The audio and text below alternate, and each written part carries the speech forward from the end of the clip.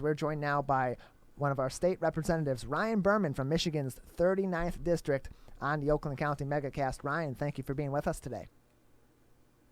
Thank you for having me. So how are you? How's your team? Team is great. Everything's going well. Back from Lansing, had a long week with session, finishing up on a lot of different bills that kind of, got put aside because of the COVID-19. So, the House has been very busy, House and Senate, going through and kind of getting our workload back to normal, getting through a lot of the stuff that we were supposed to the last couple months. So had a couple long days in Lansing, got a lot of votes in the other day, and starting to ramp up for the summer season. Well, it's good to hear that our legislatures are back in office in Lansing and are working on getting things done on the state level in the legislature. As we've seen throughout this pandemic, a lot of those moments were made in emergency situations. So some semblance of normalcy returning is something that I think the public can be really happy about. So Sylvan Lake, the city of Sylvan Lake, just introduced a new chief of police, Chief Brian Bassett, and you were once a Sylvan Lake police officer yourself. Your thoughts on the Sylvan Lake Police Department, and have you had a chance to meet their new police chief? Not yet. I will be meeting him either later today or definitely next week. I have heard the news, and it's very encouraging to get somebody of his caliber into the small department of Sylvan. Now our little Tri-City area is all being manned at the top by some really good quality individuals who all worked in Southfield, which is a great department, a lot of good experience, learning experience. And with Chief Bassett joining the ranks of Chief Fitzgerald in Keego Harbor and Chief George in Orchard Lake, I think that, just lends more to the cohesiveness of the three cities working together and working together to make our community safer and a great place to live, work, and play. Ryan, I love your perspective because you did work as a police officer. What can you say and what are your thoughts about the sentiment right now behind the Defund the Police movement? Yeah, you know what? It's interesting, and I do have a unique perspective on that because being on both sides of the badge, right? Being a citizen and having some encounters, even when I was younger, even now, of seeing sometimes, unfortunately, people come in contact, whether it's a police officer, teacher, in any industry, you have some bad apples, right? You had a teacher in one of your classes and one of your grades going up through high school you just maybe didn't get along with, didn't like.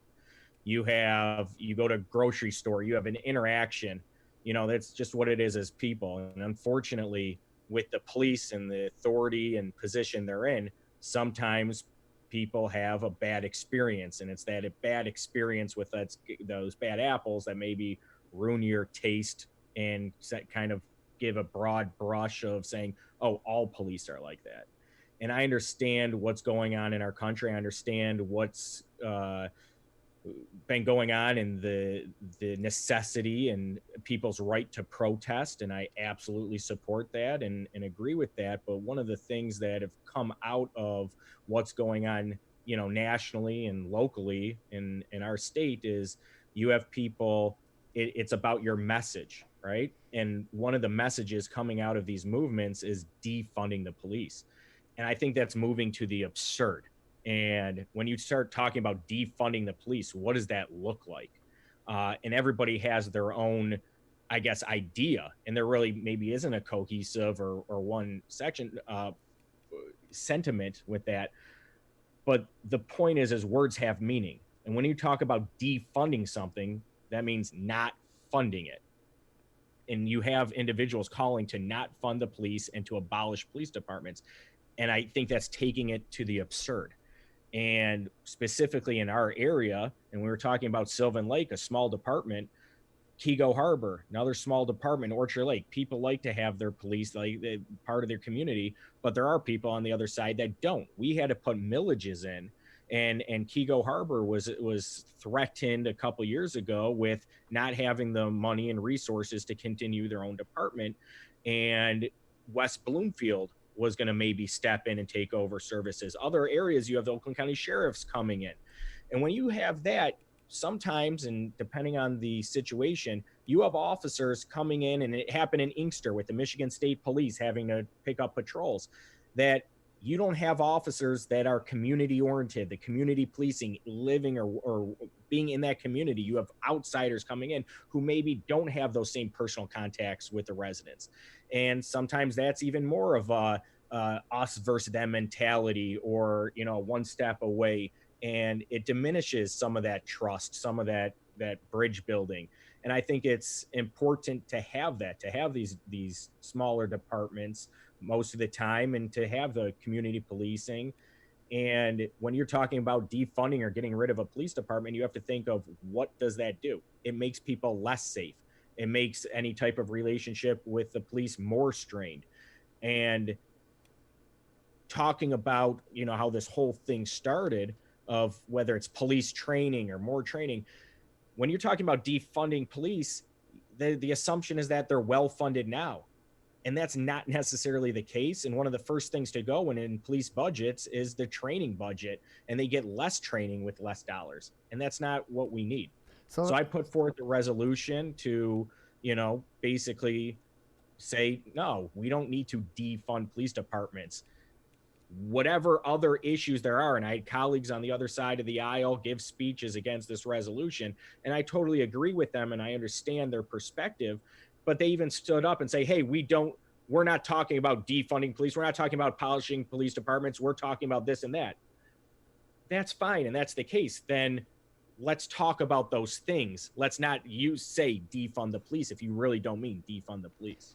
Representative Ryan Berman from Michigan's 39th district with us. And I think that you did make that point there really well, that it's not necessarily cutting funding from the police altogether, or abolishing the police altogether. That's what's being strived for from both sides. I think both sides of the aisle see that there are some issues at hand that need to be addressed, and there are some things that could be better done in our police departments and in a law enforcement perspective in our communities, and that the focus is more on how can we reform or re-emphasize the good in police departments through training, like we see a lot of times in smaller departments, through de-escalation training, through greater implicit bias training. And I think that is becoming more of something that people are focusing on, knowing that police departments in all likelihood are going to continue to exist and are necessary to some extent.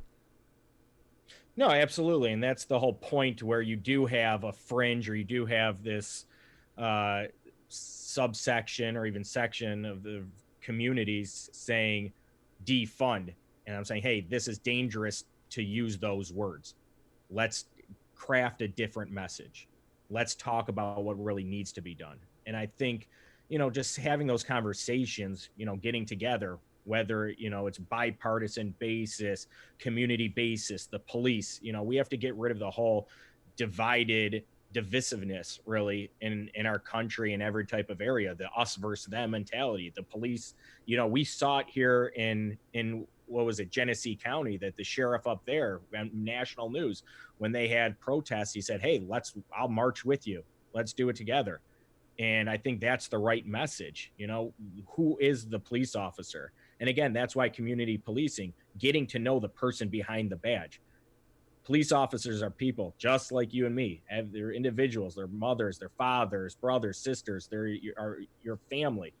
And it's not putting that label on somebody. It's getting to know them and bringing these perspectives together to do what's best for everybody. And communication has to be critical in solving any issue. So it's good that there are conversations that are being had at the state level, and that people are coming to the table to say, let's talk about these issues and let's find solutions, and instead of continuing to argue about it, because arguing about it's going to allow these to go on for that much longer. So, Senator Berman, moving on, we just have a few more minutes with you. The state's got a serious unemployment problem right now. Millions of people, over 2 million people, are unemployed. Hundreds of thousands of people have had their accounts frozen due to potential fraudulence from people that are using people's identity for unemployment claims that are not correct.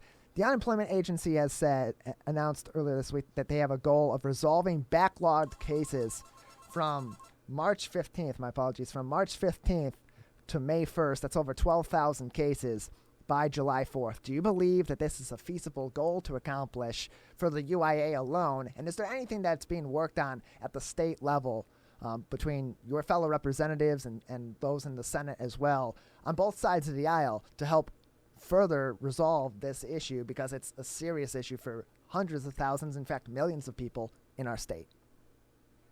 Yeah, I mean, it's the biggest issue that me and my staff have been working on for the last couple months. I don't know what's feasible. I know that we've been getting different numbers, but that the House and Senate put together a joint task force to oversee the state's response to COVID-19. So it's an oversight committee on the COVID-19 pandemic.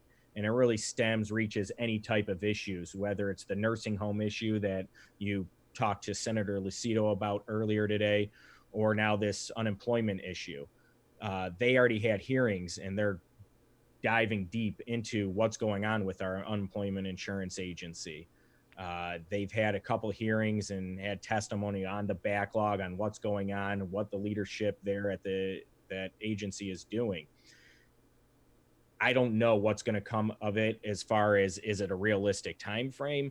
I know that my constituent relations director, Zach Serzo, he's been basically dealing with this every single day. I mean, we kind of joke, it's not funny that he's really working for the unemployment insurance agency, because he's handling cases. And it's not just my office, it's every single representative's office, over the state, that we're getting totally overwhelmed.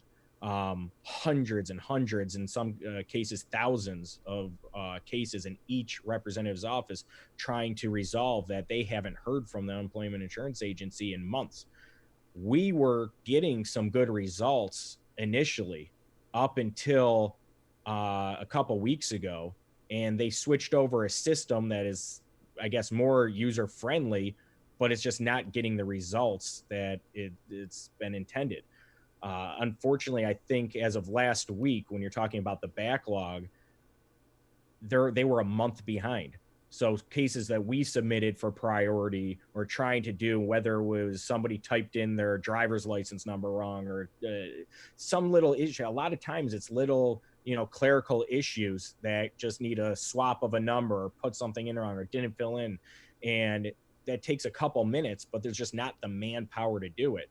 So there was a backlog over a month. I think they finally resolved the case from April 29th, but now we're at the end of June.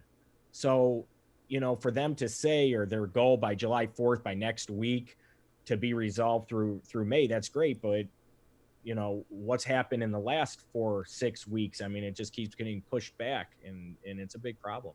And that will continue to see what comes of that. And we've talked to senators, we've talked to representatives from both the Democratic side and the Republican side, who are all saying the same thing that you're saying. They have a significant number of their own staffers who are on this issue each and every day, and it's tough to get any sort of resolution. So Representative Ryan Berman, unfortunately, we only have about a minute left in the show today, so we're going to have to let you go, but we thank you for joining us once again here on the Oakland County MegaCast. Yeah, thank you. Anytime. And anybody who has any issues, just contact my office. I'm very accessible, and we're here to help, and we're going to try to do the best we can dealing with these state departments. We appreciate it. Representative Ryan Berman from Michigan's 39th District with us on the Oakland County MegaCast.